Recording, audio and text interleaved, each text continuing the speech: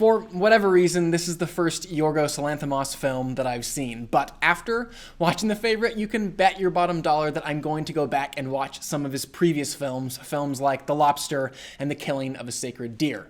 Focusing on this film now, though I will freely admit that it's difficult to say that I fully enjoyed watching this film, I can also say, without hesitation, that it was absolutely thrilling to watch such a unique and effective vision brought to life by an undeniably brilliant storyteller and truly distinct filmmaker.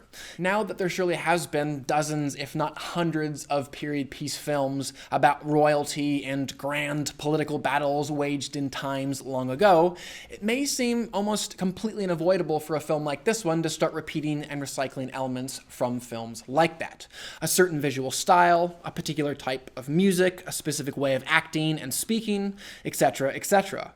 But honestly, the first few seconds of the very first shot were the first and last time that I thought Yorgos was simply going to settle for what had been done previously. With nearly every narrative and visual decision, the director sought to get us as viewers to understand and to connect with not only a time period so far removed from our own, but with a set of characters that, for so much of this film, also seemed so very distant from who we are and what we want.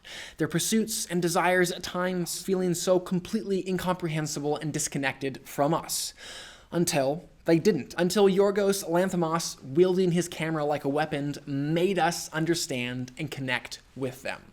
And this wasn't done by simply, quote-unquote, modernizing the dialogue or updating the costume design. No, Yorgos and his screenwriters absolutely respected us, the audience, and expected us to rise to the sophistication and nuance found in the story. But what the director did do, in the way that he shot the film, and in the way he edited it together, and in the way that he directed the actors' performances, was ever bring out a level of energy and dynamism that did feel so very modern, compelling, and engaging. From the very first frame, he made sure to grab my attention and then did not let go for the next 2 hours. Yorgos Lanthimos did not make some sort of stuffy, laced-up period piece that I could watch from a distance and feel removed from. Quite to the contrary, he always made me feel like I was being shown what was happening beneath the surface, and being allowed, and sometimes forced, to understand who these characters were, and the fear, pain, jealousy, and loneliness that motivated every one of their decisions. The cinematography alone, for example, was constantly getting me to lean forwards in my seat and pay that much closer attention to the story that was happening in front of me. The near constant use of these wide-angle lenses gave each of the scenes kind of this slightly uneasy feeling, ever providing this impression that the characters were being swallowed by these massive, gaudy courts and palaces. On top of that, the perspective provided by those lenses also heightened the sense of desperation, making it feel like the characters needed to either claw their way out of those engulfing spaces or really fight to maintain their secure position in them. The editing, too, was constantly doing some really interesting things, often mashing together different sequences in really creative ways and allowing the action within them to play off one another, juxtaposing and adding to their meanings and purposes. And that, in a number of instances, really helped to clarify where the characters were at emotionally and what they were trying to accomplish with their assorted schemes and plans. And speaking of those schemes and plans, not only did the screenwriters do a fantastic job of providing just the right amount of information as to allow me, the viewer, to read between the lines and really engage all the more, getting me to try and figure out what might be the next move from this conniving group of characters. But the actors, too, just brought such clarity to their parts, always ensuring that I understood the why behind their actions, even if those actions were completely preposterous. And man, oh man, was it just a pleasure to watch Emma Stone, Rachel Weisz, and Olivia Coleman do their things in this film. Each of them are absolutely deserving of awards nominations for their acting in this film.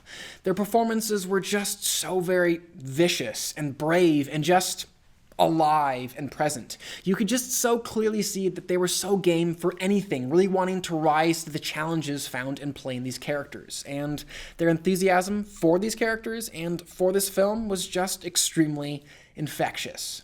To wrap things up, I would like to talk about the ending of this film just a little bit. And do not fear, I will in no way spoil it, but I do want to comment that in kind of an interesting way, the ending of this film was rather anticlimactic and, for lack of a better word, unsatisfying. But but not anticlimactic or unsatisfying in an inappropriate or bad way. No, the place that this film left me and the feelings that it left me with were so very correct for this narrative and for the characters found in it.